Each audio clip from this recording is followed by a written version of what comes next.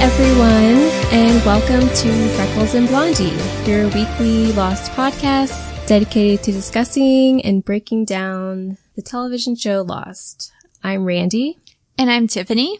And this week we're discussing Season 1, Episode 10, which is entitled Raised by Another. This episode originally aired on December 1st, 2004. It was written by Lynn E. Litt, and it's the only episode that she writes for the entire show. It was directed by Marita Grabiak? I'm not sure how you pronounce that. Yeah, I'm not sure. But she's directed a crap ton of episodes of television. Just to name a few, she's directed episodes of Dawson's Creek, Gilmore Girls, Smallville, Everwood, and all the Joss Whedon shows, Firefly, Angel, Dollhouse, and Buffy. Wow. She's very in the, sci-fi fantasy kind of world. Yeah, definitely. That seems to be her forte. I was reading trivia about this episode, and one was that she really wanted to film she wanted the dream sequence to be in black and white, and she just got overruled, constantly, and they just wouldn't let her do it. Yeah, I feel like that would have been a little much. I hate when shows do that. Yeah, I don't feel like there's any real reason to do it. Right. Like, if you're gonna do something in black and white, let there be a purpose to it, not just, let's make this extra weird. Right, or it just seems like you're kind of dumbing down your audience. You know what I mean? Because it seems to be saying this is black and white, just so you know it's a dream sequence. It's like, okay, well, we can figure that out for ourselves, you know? Yeah. I think it's pretty obvious when you see Locke's eyes. Yeah. They did that in another show I was watching once, and it was like flashing back to weeks earlier, and all the flashbacks were in black and white. And it was like, we can tell this is earlier time than what's currently going on. We're not completely stupid, but yeah. Anyway. Some shows I feel like handle it pretty well. Mm-hmm. Like, Outlander, they do different, color washes over, based on what time period they're in. Oh yeah, they do that, don't they? So if they're in the past, the color is super vibrant and rich, but if they're in the current day, it's kind of a muted grayish. It's very subtle. You might not even notice it at first, but when you do it that way, it just affects the tone. And it's not hey, I'm telling you something that you should already know. It's clearly not done to tell you that they're in the past. You already know that. It's just kind of invoking a feeling. Yeah, I think the subtle way is definitely the best way to go if you're going to do something like that. Yeah. But I just thought that was interesting that she was pushing so hard. Apparently she pushed really hard for it. Really? Maybe that's why she only wrote one episode. Well, I think this was the director. I don't know. I think it was the director. Shoot. Oh, it was the director? No, okay. I'm not sure. But hey, for a lady team, I think that's the first time, right? Yeah, that is. So good for them. Mm-hmm. I wish I liked this episode a little better now. Yeah, how do you feel about this episode overall? It's okay. It's not a favorite. Mm-hmm. It's just kind of left me lukewarm, really. It's not as meaty as the other ones, I think. Yeah. I feel like one of the things we've been saying leading up to now is, oh my gosh, there is so much. This is such a dense episode. This episode is not dense. It's good. It's a solid episode, but I don't feel like there's a whole lot of stuff going on. Okay. I feel like a lot happens in this episode. I feel like a lot happens for Claire, but that's it. Yeah. Other episodes I feel like have had at least 2 stories going on, sometimes 3. And this one is just, it's Claire's story and then a sprinkling of other stuff. Mm-hmm. That's a good point. Which isn't bad. It's just lackluster, I guess. I don't know. Interesting. I think I like this episode a little bit more. I have a clear memory of the first time I watched this episode. Mm-hmm. Just because of, it's such a scary, almost kind of horror feeling at times episode of Lost. It really is. And that is partially because Emily DeRaven can really scream. Yes, she does so much screaming in this episode. Her screaming is epic. Yeah, it really is. So I've never heard someone with such a blood-curdling scream. I haven't either. My throat was starting to hurt just from watching this episode. She had to have had a sore throat the next day, because she did that like 50 times. Yeah, absolutely. But yeah, so I like I really like the stuff that's going on in the island. I love the reveal we get about Ethan at the end. I'm not a huge fan of Claire's backstory. I feel like some of the things that happen in there don't make a lot of sense, but... interesting. Yeah. But, yeah, should we get into it? Yeah, I can't wait to hear what you think doesn't make sense. Okay. I get, like, excited when you're critical, because I feel like you love most of it. Really? Yeah. So when you dislike something, I'm so excited. Yeah. When I first sat down to watch this episode yesterday, I thought because I just remember loving it. And then when I came out of it, I was like, well, that wasn't as good as I remembered it being, so. I shouldn't be excited about that. Yeah, I mean, yeah, it's whatever. Okay, so previously on Lost, the survivors heard Rousseau's message in French calling for help and saying it killed them all.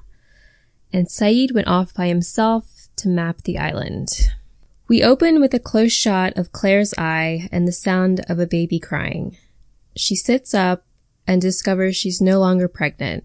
It's dark and Claire gets up to follow the sound of the crying baby. She passes by Locke, who's sitting at a table with a lamp and a pack of cards. When she asks Locke what's going on, he says that he was her responsibility, but she gave him away and that everyone pays the price now. One of his eyes is black and the other is white. Claire continues to follow the baby crying and eventually finds a crib with the mobile made of model planes floating above it.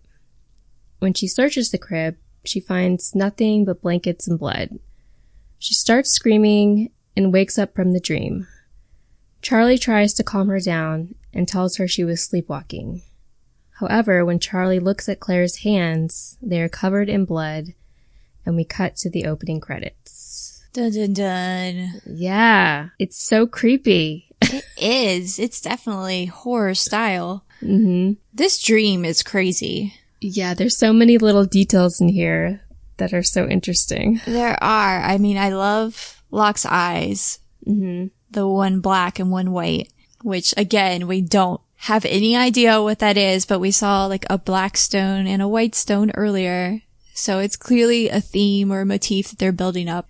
Right. But the whole dream is just really creepy. The whole vibe. There's even like random sound effects. Like there was Locke's knife. Like you kept hearing that sound. Right. When he was like taking the cards off the table. Right. He didn't have a knife. So it was just like a knife sound. I don't know how to describe it. The sound of a knife when he would pick up a card. It's just so weird. It gives off this vibe of we are not screwing around in this episode, you know? Yeah. Things are serious. Mm-hmm. Remember when we were playing golf last week?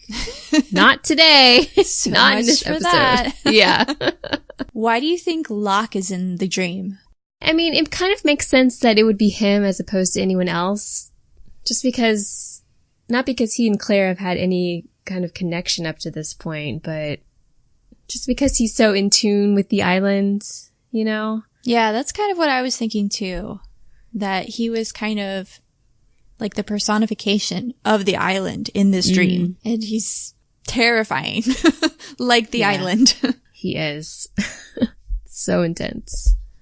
And I was trying to decide why the blood was in the crib. First of all, that is like the scariest image that like I can imagine, like personally as a mother. Oh yeah. Yeah. That's just like so disturbing. You go to your crib where you hear your baby crying and instead find a pool of blood. Like I cannot imagine anything more terrifying at this moment in my life. Yeah. I bet. Oh my God. But I was trying to figure out, like, is this symbolizing something wrong with the baby? or the baby's gone and has been replaced with something bad, or I don't know. It's all really open-ended and open for interpretation. Ugh. It's just so creepy. Yeah, it is. And I mean, it could mean something deeper, or it could just be just part of this crazy dream that she has, you know? Yep. Some dream. Is that the first dream we've gotten? I think so. Yeah. Yeah, I think everything else has just been flashbacks and stuff. So coming back, Jack is bandaging Claire's hands. He comments that she must have had a hell of a nightmare to have caused her to injure her hands so severely. Jack asks her if she's ever sleepwalked before, and Claire says no. He asks her about her last doctor visit, and she says everything looked good. Besides back pain, dizziness, and having to pee all the time, Claire feels fine. Jack asks how many weeks along she is, and we cut to a flashback. I like this. Jack is being a good doctor here. He is. Jack doesn't annoy me very much in this episode. Oh, thank God. Because he's just being a doctor and being nice, normal Jack. Yeah, he's just being concerned. Yeah. Just taking care of her. Maybe that's the role I want him to have, is like caretaker, because he's good at that. As opposed to being the leader. Yeah, I don't know. I'll watch that as it goes forward. In a flashback, Claire has just taken a pregnancy test. She hands the stick to her boyfriend Thomas, who confirms she is pregnant. He tries to deny it, but Claire says she's 6 weeks late. She is obviously freaking out, but Thomas suggests that they can do this. They can have this baby together. Claire is unsure. She says her mother will disown her, and that this isn't something either of them really want, but Thomas insists that it could be like the best thing ever, and that he loves her. Aw, he seems so sweet. Right, which makes the next thing we get with him come out of nowhere. I know. I'm with Claire at this point. I believe him. He seems really nice. He's very convincing. He calms her down when she's freaking out. Mm-hmm. And I like that when she's freaking out, she starts making the bed. Yeah. That's kind of how I handle stress too. I'm like, oh God, must do something. Right, exactly. But yeah, he seems so nice. It's really disappointing that he's not so nice. I know. I feel like they amped it up in the scene just to make it that much more heartbreaking in the later scene. Definitely. On the beach, Jack comes up to Kate. He comments that this is a first, seeing her standing still in the middle of the day. She says that she's sinking, and that it's something she used to do with her mom when she was a kid. Jack asks her if this is her new plan for getting off the island, and says Saeed would be proud. Kate is obviously still very worried about Saeed. He's been gone for over a week. Jack doesn't appear to be too concerned. He mentions that Claire will probably have the baby soon, and they both look worried. This is a nice moment. Isn't it just a lovely moment? It is. I think it's really sweet. Yeah. They're just really nice. This is not a stressful conversation. I just like it. Why can't all their moments be like this? This is kind of indicative of this whole episode to me, because it is what it is. There's not a lot of debate about anything that's happening so far, you know? Yeah. I feel like we're just like, yep, I like that. That's cool. I mean, it's nice. Like, this scene with Jack and Kate is really nice. And I like her worry for Saeed. Like, she genuinely just cares. Yeah, she does. I feel like Kate just gets a bad rap from some people because of the, like, love triangle situation. Mm-hmm. People have this annoyance with her because of that. And I think that this totally platonic regard for Saeed just shows how much she actually just cares about people on the island. And she's just protective. She's a good person. I know. I'm just sick of people being mean to Kate. I know. A lot of people don't like her. Like, she's a lot of people's least favorite character, I feel like. Whenever people tell me they don't like Kate, they tell me she gets into trouble all the time and she can't make up her mind between Jack and Sawyer. I just feel like that's not fair. Yeah, that's not. Did they watch the entire show? I don't think that's true at all. I mean, everyone on this island gets into trouble all the time. So right. That's not fair. And her dilemma with Jack and Sawyer is a completely understandable dilemma. It's really a personal dilemma on who she wants to be, you know? Right. And there's so many different circumstances that are being thrown at her, you know, at everyone in this whole show. Team Kate. Yeah. For sure. That's my new stance. I don't need to be Team Jack or Team Sawyer. I'll just be Team Kate. Team Kate. Whatever you want to do, girl. Yeah, for real. I like the look she gets on her face after she mentions that sinking is something she used to do with her mom. Yes. It's clearly a painful memory. Yeah. And Jack, like, automatically sees that and tries to changes the subject so she doesn't have to talk about it. Mm-hmm. Oh, they're so cute. It's really nice. And yeah. I like these kind of subtle nods to her past. Mm-hmm. Me too. Charlie finds Claire in the jungle and brings her some tea because he's British and that's just what you do, even when you're on a desert island. They're so cute. Love that. I know. It's so cute. Charlie tells Claire about one of his more peculiar dreams, and Claire assures him she's all right. Charlie says he thinks and worries about Claire and how she's all on her own without anyone to help her. He says we could be friends, and if she ever needs to talk, he's here. Claire hesitates, and Charlie leaves looking a little hurt, telling her it's cool. I like this scene. It's nice. I like how his priority is that she doesn't feel alone. Yeah. I feel like that calls back to The Moth when we saw how alone Charlie felt on tour with his band. Oh, yeah. And so here he's just like kind of looking out for her because he sees her out of her element and he's trying to kind of pull her in. Right. Yeah, it's such good. I mean, the two of them together are great.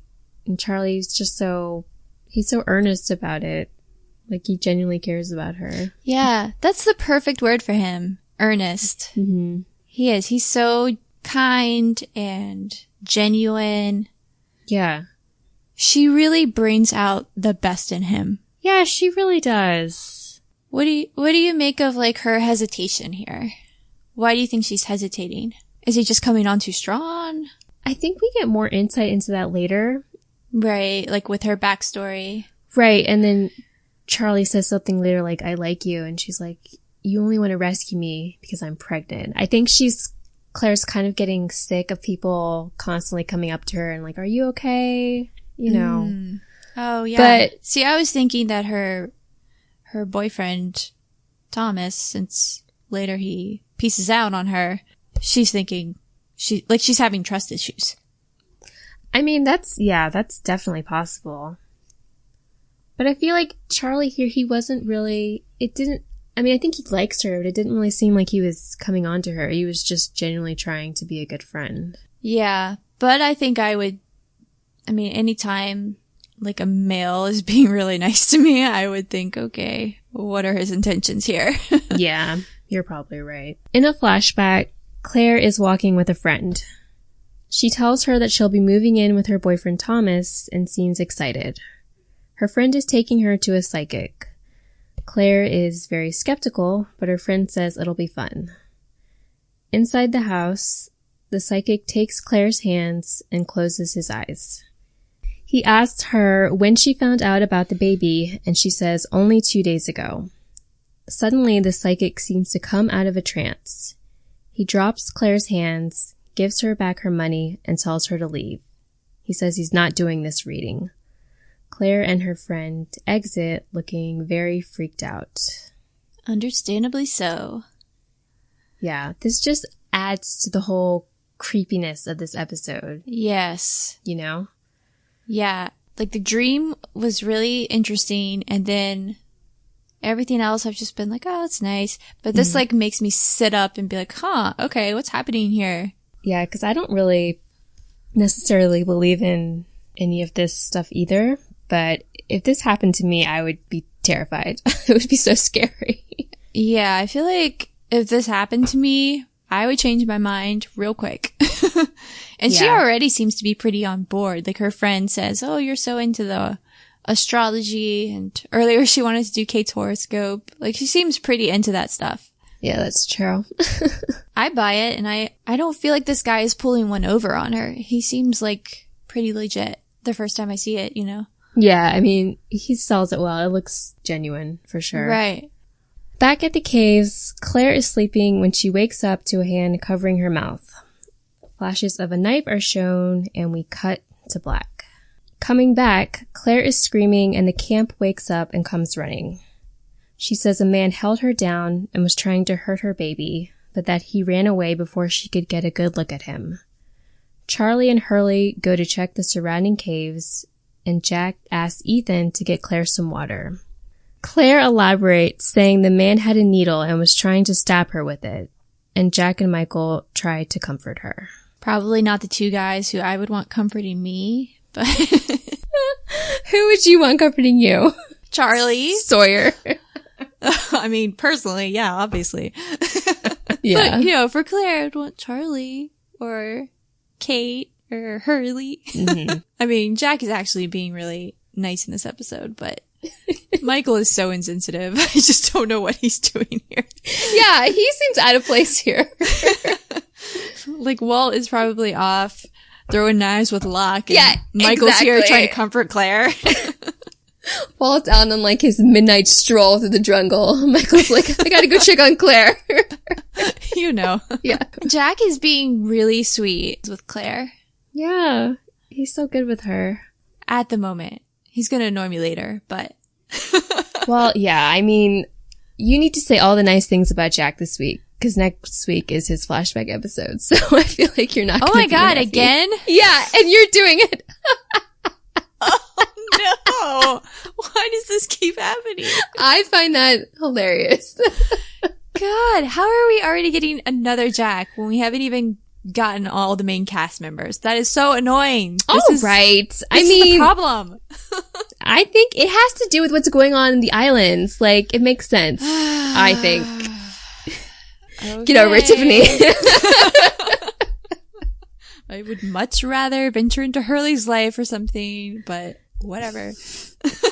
Anyway, wildly off topic. Yeah, sorry. Jack is nice right now. Great. Why did I even bring anything else up? Jack is nice. Yeah, I don't know. I'm just trying to talk about how great Jack is, and you're interrupting me.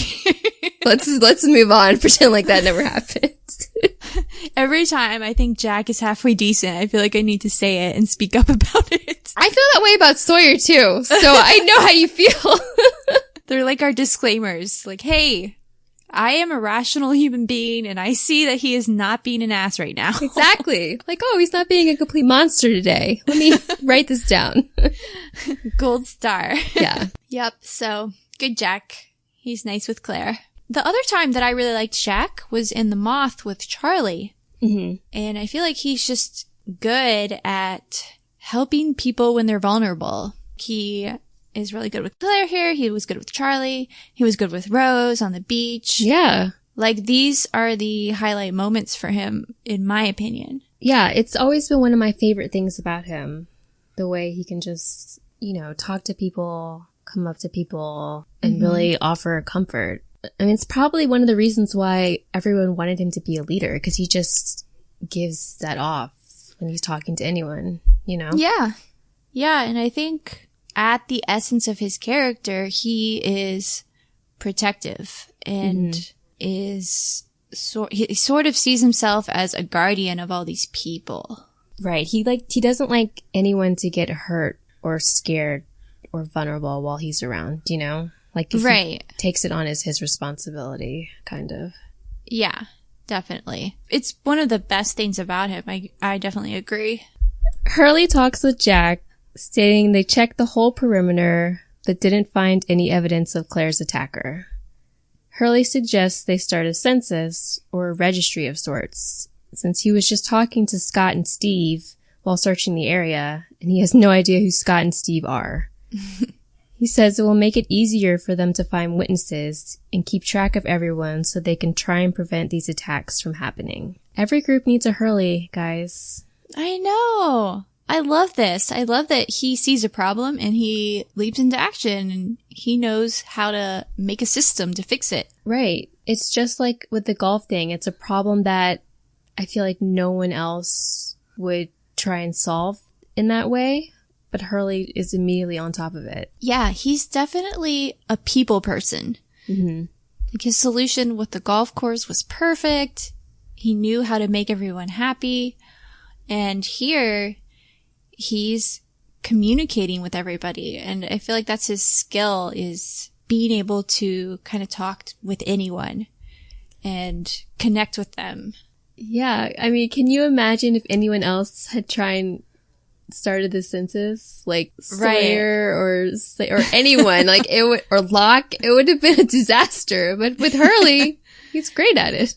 Yeah. I mean, people seem to give him a hard time, but like, I still feel like he's the only one who could have done it. Yeah, me too. Maybe Kate. She may have gotten away with it. Charlie comes up to Claire and puts a blanket around her. He says she can close her eyes if she wants, and he promises that he won't let anyone get to her and won't leave her.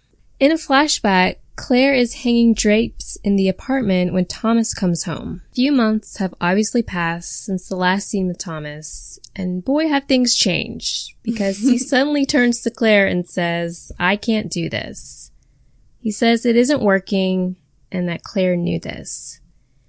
He claims that the past few months have been way too crazy with all of the appointments, and the baby isn't even here yet. Claire is upset, reminding Thomas that it was his idea to do this in the first place, and he replies, "Well, now it's real." He yells at her, saying, "What about my life?" and also brings up Claire's father, implying that she has abandonment issues.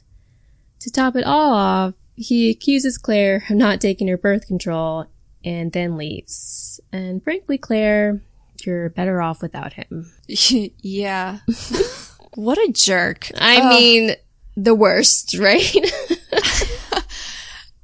No way her abandonment issues could be coming from the fact that you're abandoning her. Right. Oh my gosh. This kid. It's just ridiculous. He's just being a child. Yeah.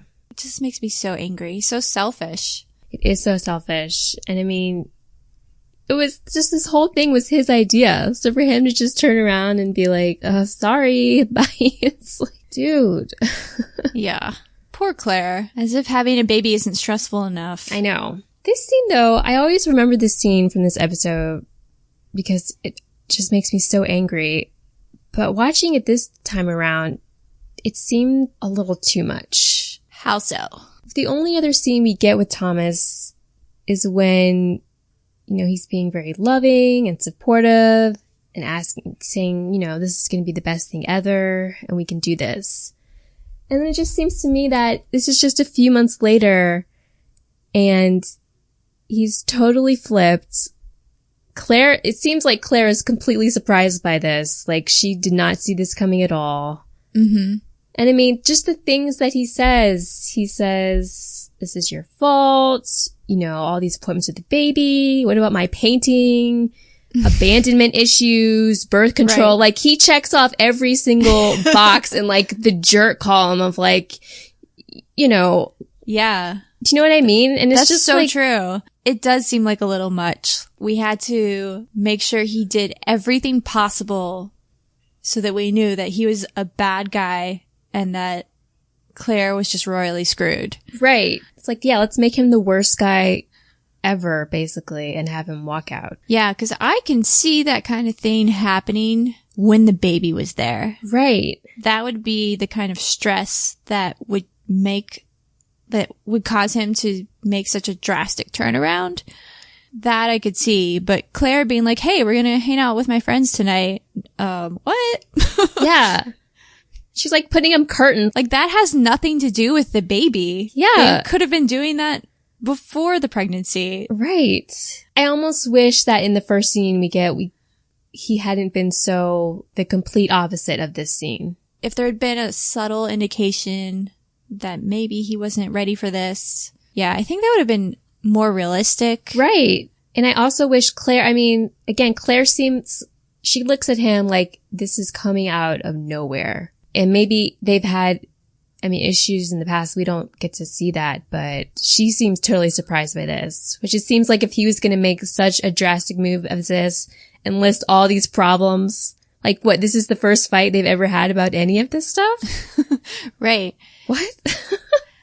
I feel like this and this whole episode in general paints Claire as such a victim. Mm-hmm. And every other character so far, I mean, they're either really empowered in some way, or they're doing something that's like morally ambivalent.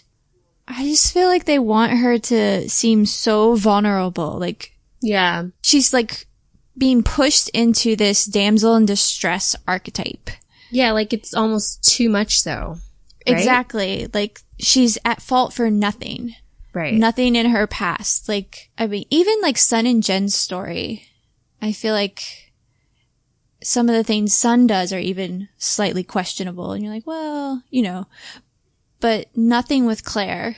As it's told, the way we see it, she's done absolutely nothing wrong, and there's no indication that Thomas would ever have left her. Mm-hmm. So yeah, I think I would have liked some more complication, that maybe she put some pressure on him to stay, and that's why he kind of stayed even though he didn't think he should. Right.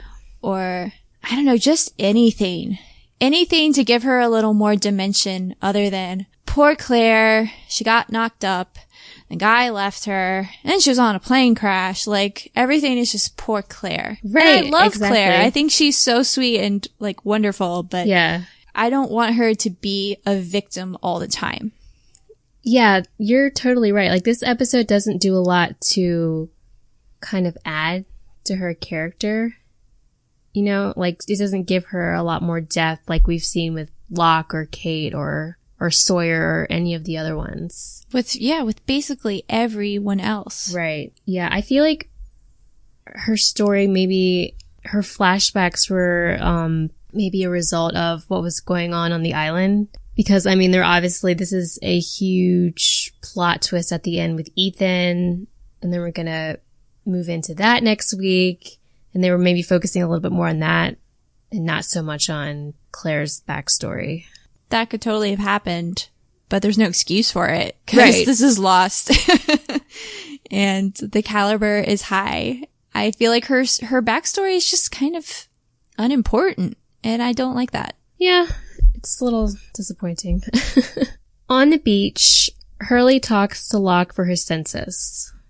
Locke states he lived most of his life in California, and that the reason he was in Australia was that he was looking for something. Hurley asks him if he found it, and Locke says, "No, it found me." Hurley walks away very quickly. He's so scared of Locke. I know.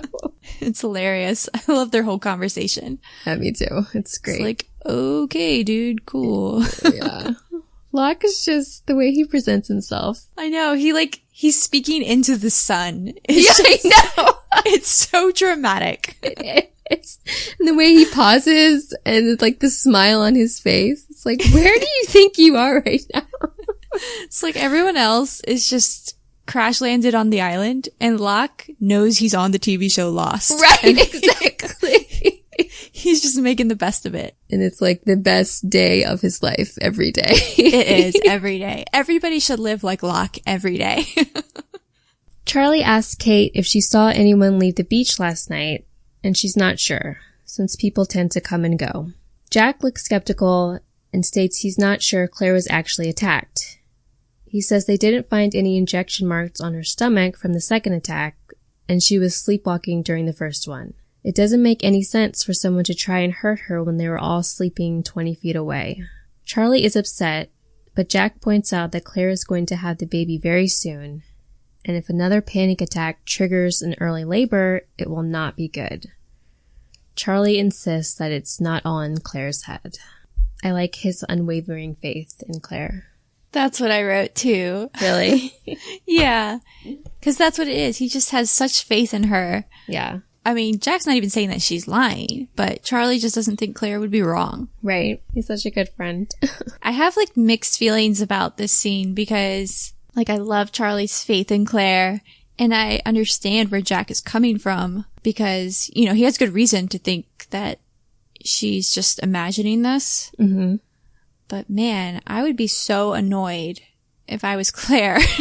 Yeah. Like, speaking as someone who has been pregnant and has been told that my feelings were just a result of hormones, nothing made me angrier than when somebody told me that. Oh, I'm sure. I'm like, oh, so these feelings I'm having are not legitimate. Cool. Thanks. That makes everything better. Yeah, I feel so much better. Thank you. Oh, I didn't even look at it from that point. Yeah, that would be awful.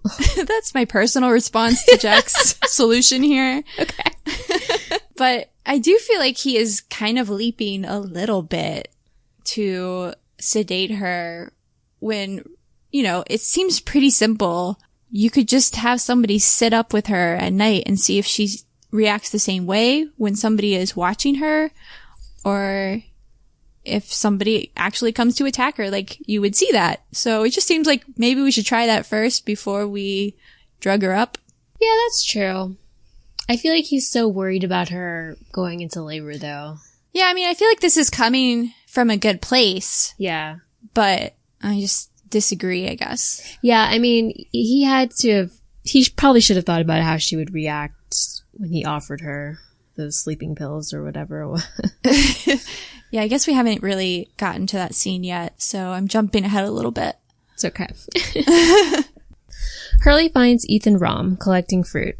He confuses him with another guy named Lance, then apologizes, saying after 2 weeks on the island, you've kind of figure everyone would know everyone else. Hurley asks Ethan about his background for the census, and Ethan says he's from Ontario. And yeah, it seems so obvious when you're watching this after the first time and you know it's coming, but I totally didn't pick up on his creepiness the first time around.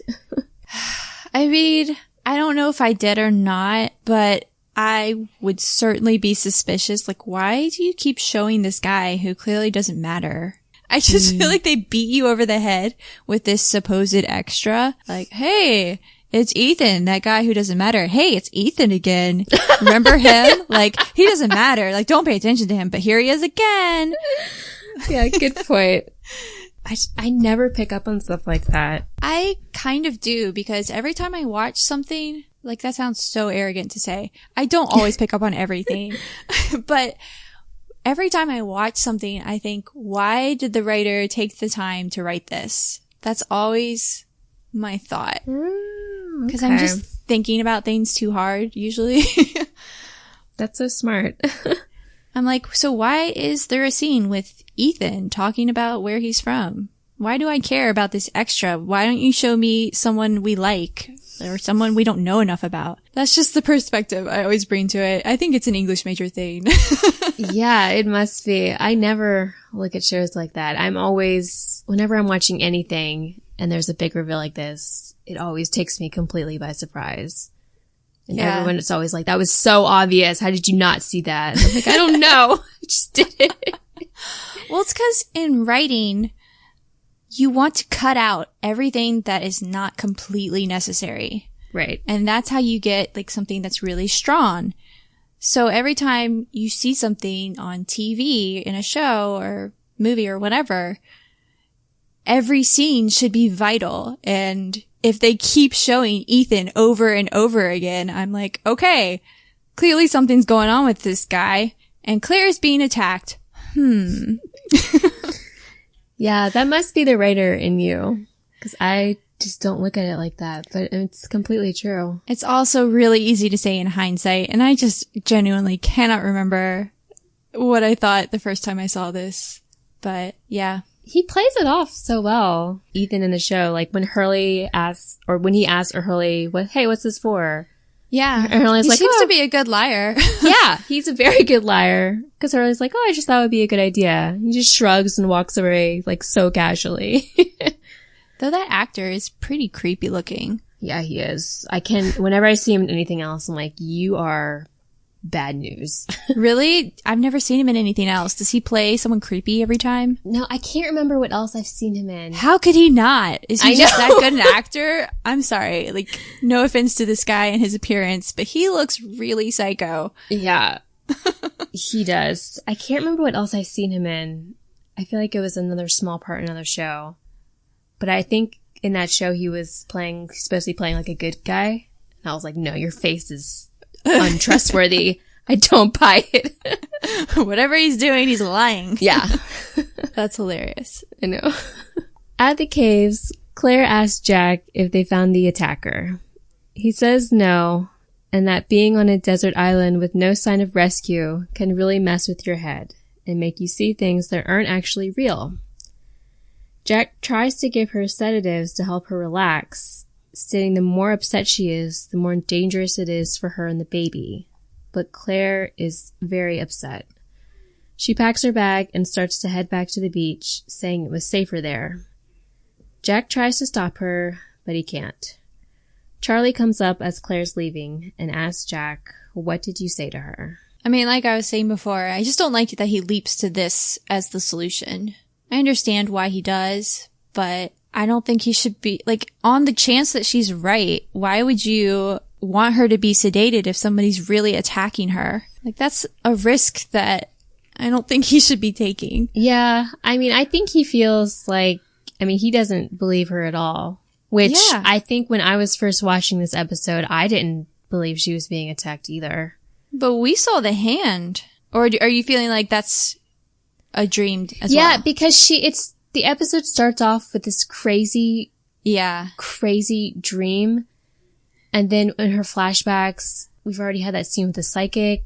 Mm-hmm. And now I'm feeling, I don't know, I love this episode for what it does at the end, because at least to me, just the notion that someone else besides Rousseau, the French woman, was here on this island and has been in their camp the whole time, like, that is the craziest idea to me. So I would, I could never have predicted that would happen.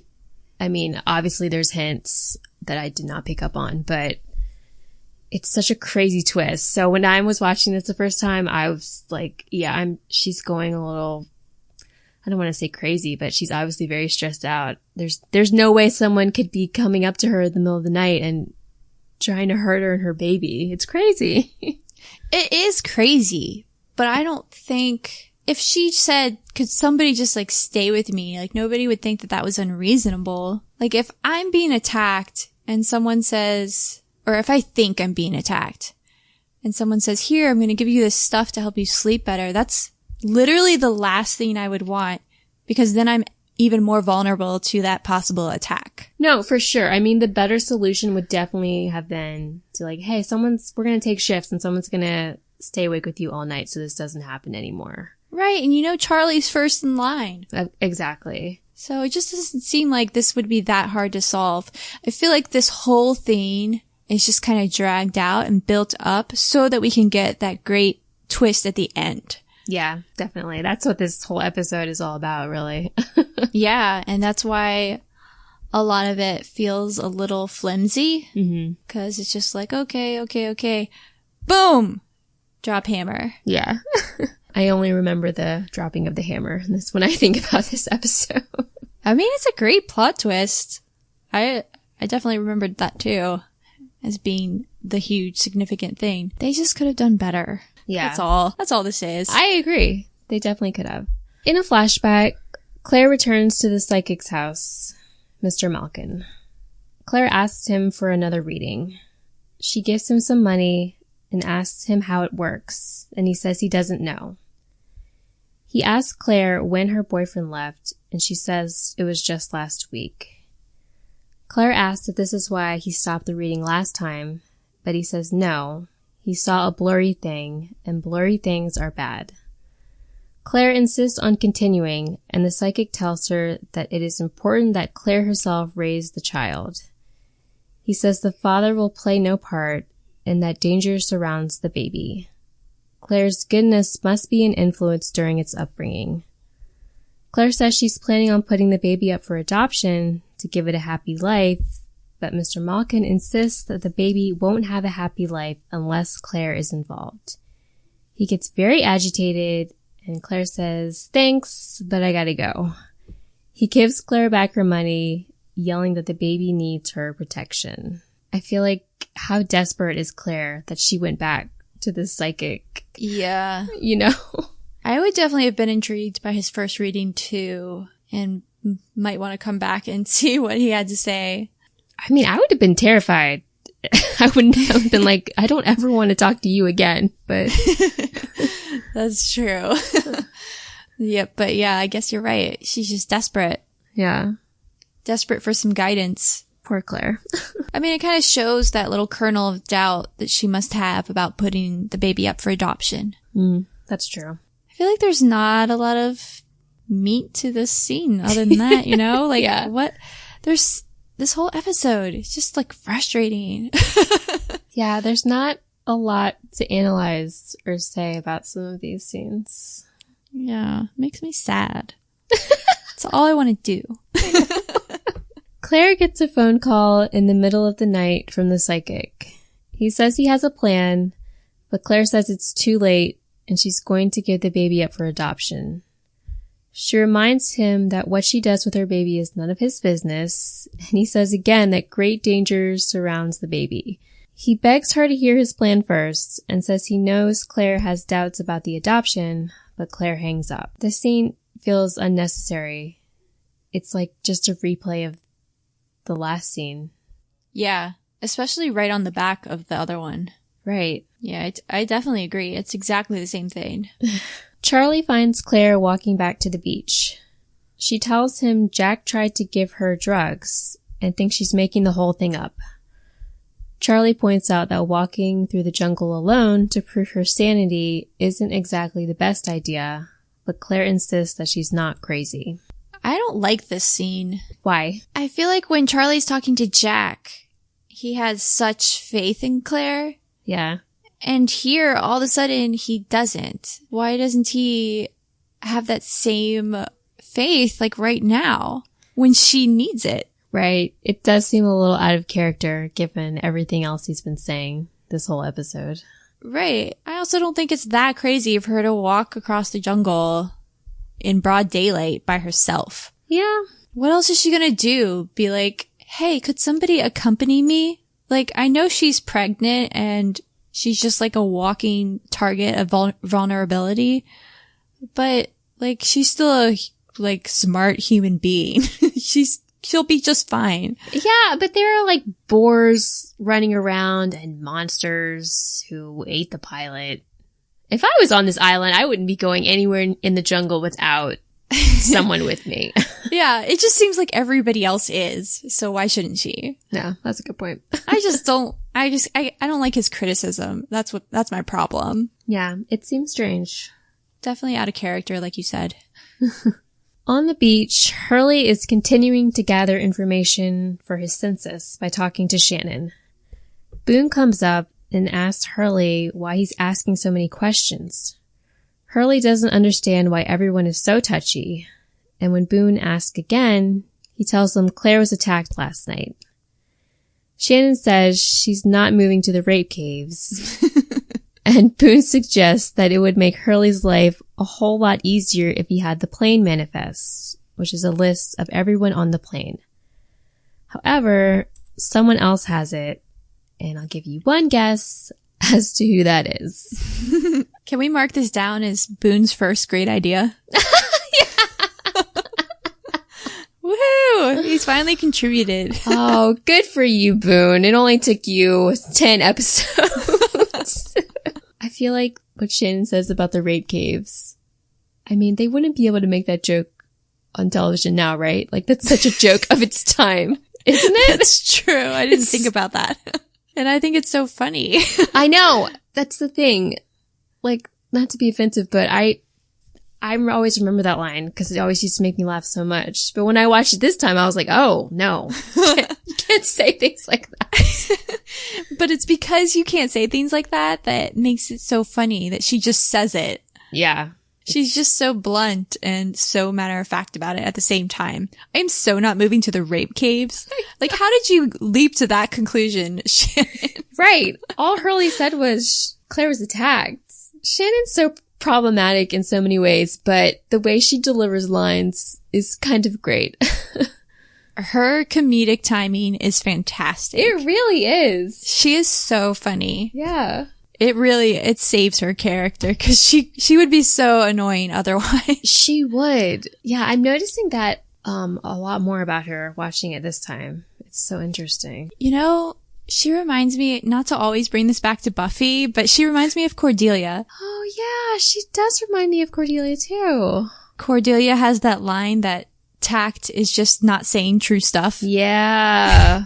That is Shannon to a T. She's totally Cordelia. Yeah, I feel like when Hurley asked her, so where were you last night? She's like, the beach? Like, that's such a Cordelia line. True. Where else would I be? Yeah. Do you want the exact location? Exactly. Like, why are you still talking to me? Sawyer is lounging in his tent when Hurley comes up and asks him for the manifest. He says Sawyer can do what he always does when anyone asks him for anything, or he could just give it to him, because Sawyer needs all the points he can get. Surprisingly, Sawyer gives it to him without asking for anything in return. Because once again, if you just freaking ask him, maybe he'll give it to you. Okay, let's not have this argument again, but I will say, props to Sawyer. I mean, he wasn't a complete jerk. He just gave it to him. I mean, I am feeling like there's a clear pattern here. When people just assume and do things, he resists them. But if they ask, you know, he's more likely to just kind of be like, okay, cool. This problem was resolved so quickly. Why couldn't the issue with the inhalers been resolved the same way? Because nobody asked nicely. And Hurley should have done it. No, stop. Maybe if Hurley had just asked for the inhalers in the first place, all of this would have been fine. Or maybe if Sawyer hadn't lied about the whole thing, it would have gone very differently. Okay, Brandy. Let's not let it go. I know, okay, I can't. In general, I love Sawyer and Hurley scenes. They play off each other so well. I don't remember a lot of their scenes together. Really? Mm-mm. I can, imagine a lot of them. And I think it's just, they're both really comedic characters in a way, but in such different ways. And I just feel like they balance each other out really well. Like, they just seem so playful in this scene. Like, even Sawyer seems very playful. And he's wearing those ridiculous sunglasses. It's just, the whole scene is so funny. Yeah, I like it. I mean, it seems like he's slowly maybe moving toward being a better person, not being so antagonistic. So yeah, I mean, I think that's kind of the step that he took in the last episode on the golf course.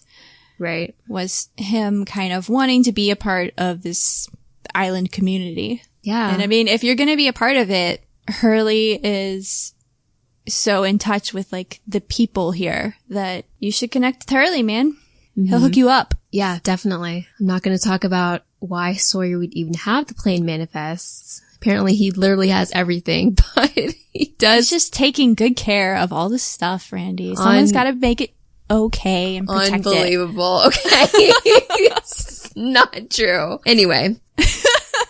My point was, props to Sawyer. He's clearly moving toward a better place, hopefully. Yeah, you wanted him to grow, right? I did. Baby steps. Yeah. In the jungle, Charlie tries to help Claire and let him carry her bags, but she insists that she's fine. He says he likes her, but Claire says he just wants to rescue her because she's pregnant. Suddenly, she stops and clutches her stomach. Coming back, Claire appears to be having contractions. Charlie is freaking the hell out, and Claire asks him to go and get Jack. However, Charlie refuses to leave her. He says he'll figure something out. If he can kick drugs, he can deliver a baby. Claire doesn't have time to even begin to deal with this news, and Charlie runs off to find Jack. He is so funny in this scene. I know. I love him. 1 sugar plum fairy, 2 sugar plum fairies. Charlie has so many great lines in this episode. He does. Yeah, I like Charlie in this episode other than that weird scene with Claire. Yeah. But yeah. It's also a little sad how Claire says, "You don't like me, Charlie. You just want to rescue me. I don't need rescuing." Because it seems like what we're pulling out of this episode is that Claire does need rescuing, like, at all times. Right. Like, which hardcore. is sad. Mm-hmm. Like, she doesn't want that. She doesn't want that to be the case. So it's kind of sad. It is kind of sad. Now I'm thinking about all the future episodes we get with Claire. And I feel like maybe you already said this, but this is going to be an ongoing problem with her character. Yeah. I think that happens with pregnant women, honestly. Like, in real life, too. That's a good point. I hated being pregnant because I felt like I was treated like a walking time bomb. Yeah. And I couldn't stand people looking at me and seeing only a baby. Mm-hmm. It was like I was gone and people like couldn't see me anymore. And I feel like that's kind of what's happening with Claire. And it happens so often on TV that as soon as a character becomes pregnant, that's all that matters about that character. It's like it becomes their identity. Right. Just that one thing. Like, we don't know anything about Claire's abandonment issues or like all these things she alludes to with her parents. Mm-hmm. All we know about is the baby and where did the baby come from? And this is important stuff to know, but it's all we get. Right. And she has other things going on with her character that we just don't talk about. Or we could have other things going on with it. Like right now, it doesn't seem like we do. Right. Just because she's pregnant shouldn't mean that she has no agency. You know, she should be able to, you know, make decisions and advocate for herself. Mm-hmm. And it just, I get her frustration of like not wanting to be rescued. But at the same time, like, she totally needs to be, according to the show. Yeah. So, yeah, definitely problematic, to say the least. That's so interesting. I'd never been pregnant, so I never even looked at it from that point. I found it very stressful. As you can tell. Yeah. I mean, I never want to go through it, so I can't even imagine. Other people seem to have much better experiences than I did. I think some people enjoy it. Like, they just see it as pampering and people are like looking out for them and taking care of them. Right. But I just never liked that kind of unusual treatment. Yeah. Interesting. So I connect with Claire. I understand. In a flashback, Claire meets with a couple who wants to adopt her baby. She is reminded that once the baby is born, she won't ever get to see it again, and that she will get an additional payment of $20,000 once the baby is born. Claire asks if they will take good care of the baby. They say yes, and Claire also asks the prospective mother if she'll sing a lullaby she grew up hearing to the baby. When Claire goes to sign the paperwork, the pen doesn't work. She gets a second pen, and that one doesn't work either. Claire appears to have an epiphany and leaves, saying she can't do this. She knocks on the psychic's door and asks him what his offer is. I like this scene. Really? Yeah, there's not a lot that happens, but I like the thing with the pen, how she tries to sign it twice, and then on the third time, like, she just can't do it. It's a good build-up. It seems kind of hokey. Yeah. You know? Like, oh, I was about to make this life-altering decision to give up my baby to these people, but the pen didn't work twice, so bye. I mean, she obviously had doubts about it, I guess. Yeah. Well, and I think that Claire is tied to this sort of mystical world, if you want to put it that way. Yeah. And so, like, I can see someone like Claire thinking, you know, if the pen didn't work twice and, like, maybe there's a reason. Like, she seems like the kind of person who would think that. Yeah, and maybe that's why, that's one of my other problems with this episode, because I'm not into the mystical world at all. So, the fact that she runs out when her pen doesn't work twice, and she knocks on the psychic's door, in my mind, I'm like, Claire, what are you doing? Like, don't you have any other friends to talk to? Like, if Claire was my friend and she was like, yeah, I've got this psychic who keeps calling me at night and I've decided to go, see what his plan is. I'd be like, what are you doing? Like, have you lost your mind? What? No. No. Well, she really believes, and I think it makes sense for her to do that. But yeah, I see how, like, you wouldn't relate to that. I mean, I don't really relate to it, but I guess I see her character doing that. Yeah, it makes sense for her character. I've just got to keep reminding myself to look at it from her perspective. It's hard for me to connect with Claire. Yeah, I've never been pregnant. I don't believe in all this stuff. Yeah, she's elusive. Yeah. Charlie is sprinting through the jungle when he finds Ethan. He tells him Claire is having her baby and that he needs to find Jack. Ethan runs off and Charlie runs back to Claire. Claire says she wasn't supposed to be here and that someone promised her it would be different. Charlie says they were wrong and Claire agrees. In a flashback, Claire is talking to the psychic who has found a couple in Los Angeles who wants to adopt the baby. Claire is confused since he spent months telling her she has to raise the child herself, but he tells her even though it sounds crazy, this is what must happen. The psychic tells her she'll get $12,000 and that these are good people who want to adopt the baby and not complete strangers, even though they're kind of complete strangers.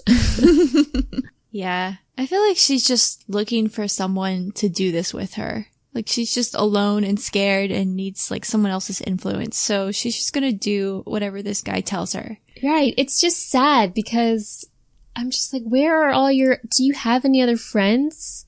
Family? Right. Someone? I mean, there's the friend she came to the psychic with, so she's got somebody. Right. She mentions her mom before. It's just sad. She just seems so young and she really just needs some help.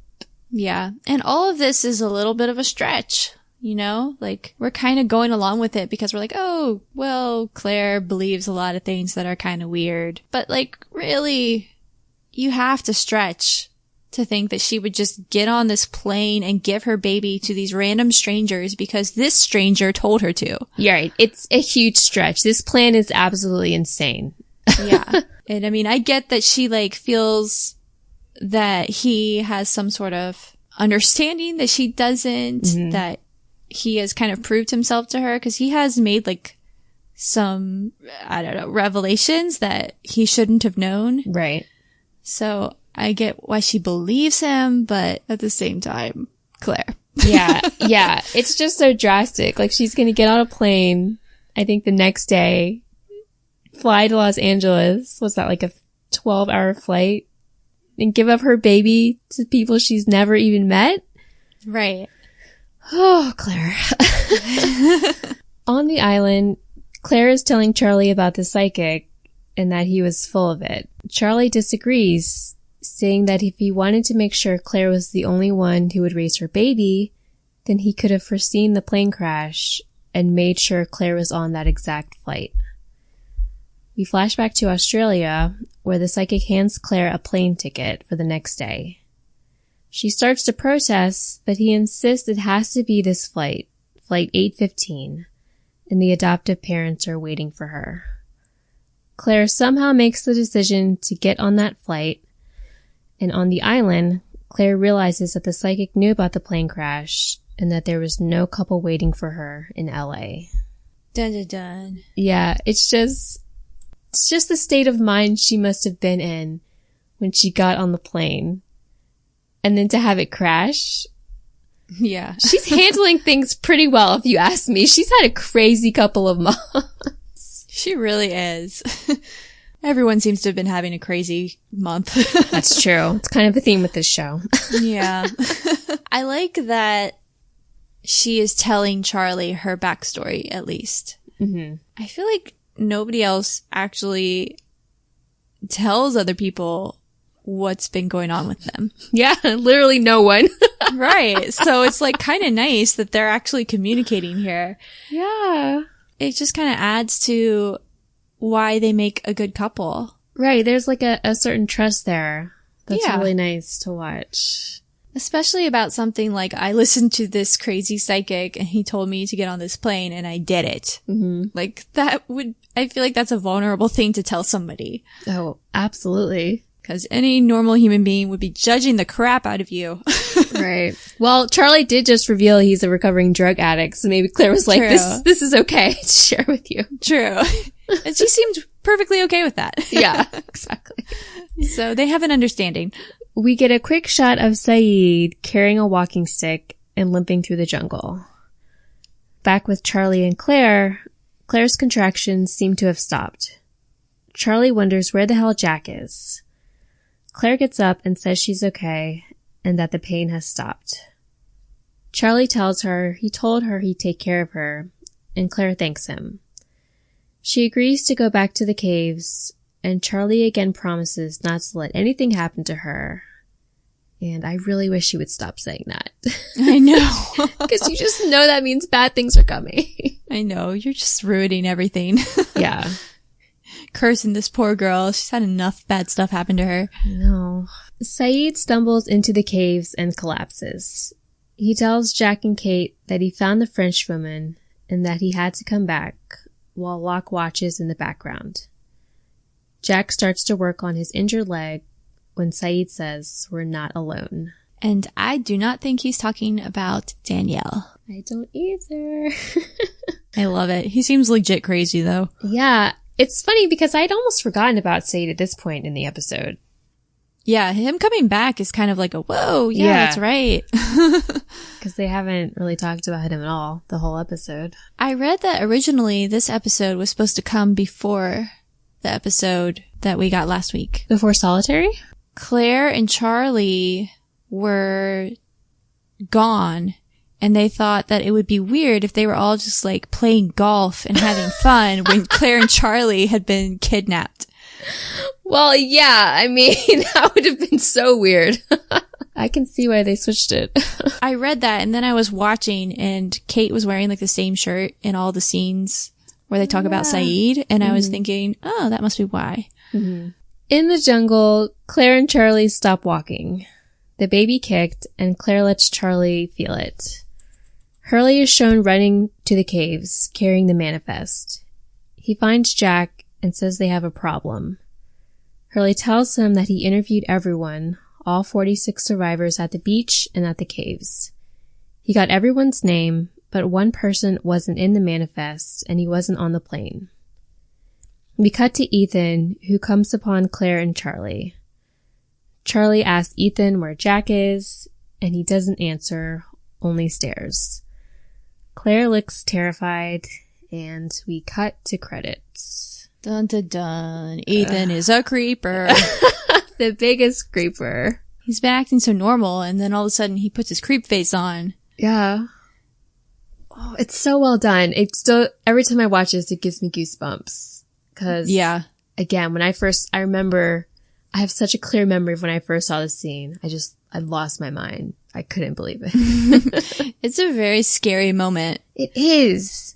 And it's sad that, like, it seems so scary because they're 2-on-1. It shouldn't seem that scary, you know? But I think it's that actor's portrayal of Ethan. He just seems really intimidating.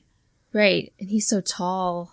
Yeah. And I don't think Claire would put up much of a fight, but you would hope Charlie would. Right. But at the same time, you're like, I don't know. Charlie seems like a really nice guy. Yeah. You just know it's not going to end well. Yeah. It's just so good because you got Hurley, running to Jack, who I'd kind of been like, oh, he's doing the manifest. That's great. And I didn't think it would come to this point. Mm-hmm. Oh, it's so good. I like that it legitimizes all the terror that Claire has felt up to this point. Mm-hmm.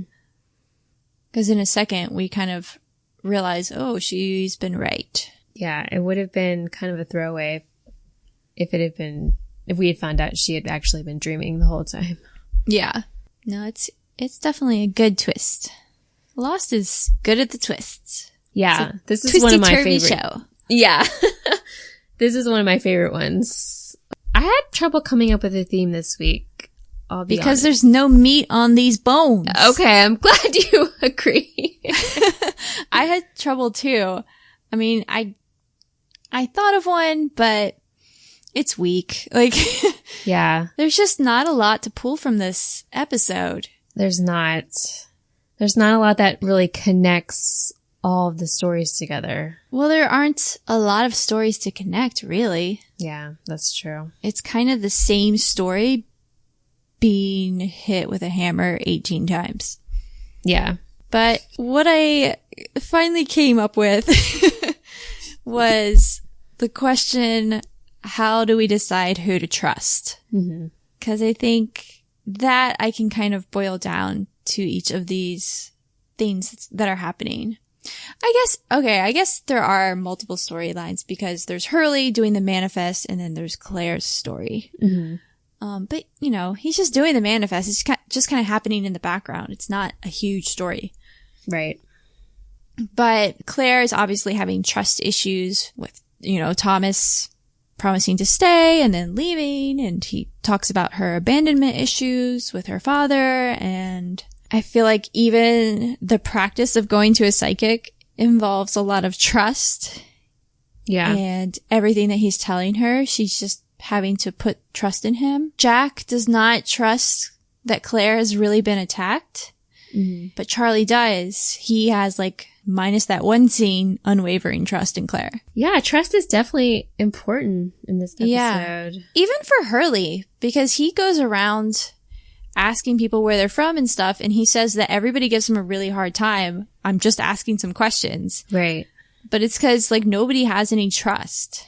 That's a good point. Obviously, the reveal with Ethan is a huge, like, break in trust. Yeah. 'Cause he's not at all the person that he says he is. Like the biggest break in trust. Exactly. So that's like the only thing I could kind of weave all these things together with. Oh, I like that. That makes me like this episode just a little bit more. Oh, good. It was hard. It doesn't leap out at you. I mean, there are a lot of things, but I don't know how much of it is intentional. Right. Again, I think it's like you said earlier, they probably at this point, at least I'm assuming, when they sat down to write this episode, they were like, okay, we're going to end with this crazy reveal about Ethan. What do we do for the first 40 minutes of this episode, you know? Yeah. How do we get there? And then it just wasn't as deep or as maybe fleshed out as I would have liked it to be. Yeah, definitely. So the only thing I came up with was this episode focuses a lot on parenting. Maybe the show might be trying to answer, is it a good idea or is it right to let your child be parented by someone else? Like if you feel they'll have a better life without you. Oh. Claire must believe this to be true because she's ready to give up her baby for adoption. But then when she lands on the island with no hope of rescue, she has to come to terms with the fact that she's going to have to raise this baby all by herself. Right. Why do we think she wants to give the baby up for adoption in the first place? That's a good question. She doesn't even say. I don't think she does. I don't think so. And that's kind of vital information. Is it because she doesn't make much money? Because she talks about that when she's talking about whether they should, like, have the pregnancy or not with Thomas. I feel like it might have something to do with, I mean, we don't know if this is true or not at this point, but Thomas alludes to Claire's daddy abandonment issues. So it seems to me when he walks out, she might be thinking, oh, I don't want to raise this baby without a mother and a father. Like, and that's just her own personal feelings toward it. So that's why she decides to give it up. Well, I can see her thinking that just in a scared kind of way. Like, I don't want to do it by myself. Mm-hmm. I don't know what that has to do with her own parents, though. She turned out okay without a dad. Right, but maybe, again, we don't know any of this, but maybe, like, it really affected her and messed her up, and she doesn't want her own child to go through that same thing. Right, to, like, continue the cycle. Right. But who knows? I don't know. I feel like they should have told us why she wanted to give the baby up. She never explains that at all. That would have been such an interesting plot point. I wish they had told us. It's not hard to do either. Like one line would have covered that base. Right. It's just so frustrating. Claire deserves just as much depth as everybody else. Yeah, absolutely. Yeah, so I don't hate this episode, but it's just, I mean, I always kind of put it higher on the list of the episodes I like because the reveal at the end is so crazy.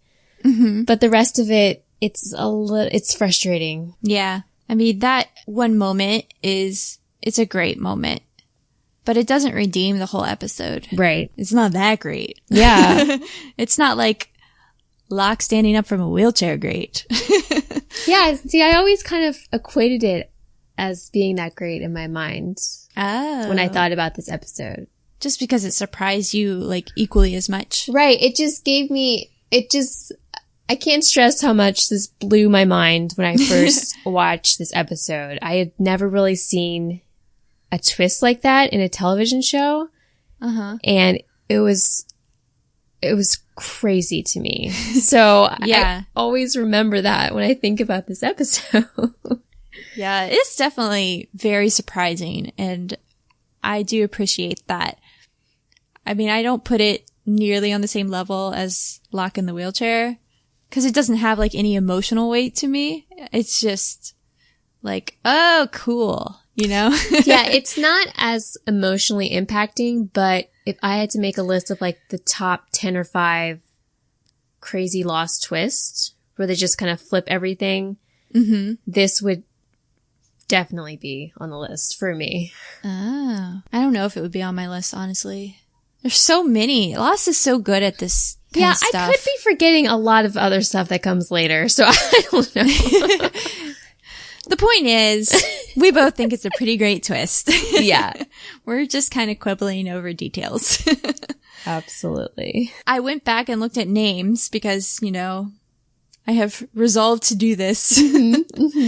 And there's really not much to tell for Claire. Poor Claire, as usual. Not much going on with her first or last name. But just as a fun aside, I don't know, I'm sure most Lost fans already know this, but Ethan Rom is an anagram for other man. And oh, I forgot about that. Yeah, Lost loves anagrams and wordplay. It comes up all the time. And even the title of this episode can kind of be rearranged because you can read it raised by another or raised by an other. Dun, dun, dun. Ooh, that's so interesting. Yes. So that's one of those things that first time around, if this is the first time you've seen this show, that probably doesn't mean very much to you. But if you've seen it already, then it does. Yeah. Yeah. And I feel like another problem with this episode is that there's so much stuff in here that doesn't really pay off or get explained for seasons. Agreed. You know what I mean? Or at all. Yes. So even watching it this time, I'm like, I was just a little bit frustrated the whole time. I'm sad to say that I'm glad this writer does not return to Lost. Yeah, I might agree with you on that one. It's just really not up to the caliber of the other episodes that we've seen so far. Yeah, I agree. Poor Claire. You deserve better, girl. You do deserve better, Claire. Team Claire. So that's going to wrap up the show for this week. Remember, if you'd like to get in touch with either of us, you can email us at randy@thelostpodcast.com or tiffany@thelostpodcast.com. Choose your favorite. Yeah. We won't judge. You can also find us on Facebook and Instagram. I know we've been getting a lot of really nice comments on Instagram lately. I know. People are so nice. Yeah, we love seeing those. So thank you so much for all of that stuff. Yeah, and if you have something to say, if you think we missed something or that you want us to talk about, just let us know and we can talk about it in the next episode. Yeah, absolutely. If you're listening to this podcast and yelling at us about things we're forgetting, please get in touch with us. Right. If you thought this episode with Claire was super deep and meaningful, we would love to know why. We really would. Also, don't forget, if you're enjoying the show and would like to give us some feedback, please go to iTunes and rate, review, and subscribe to the show. It really helps out new podcasts like ours, and we definitely appreciate it. Yes. We're not playing around. Leave us a review. Please. We really, really want it. Yes. Don't make us beg.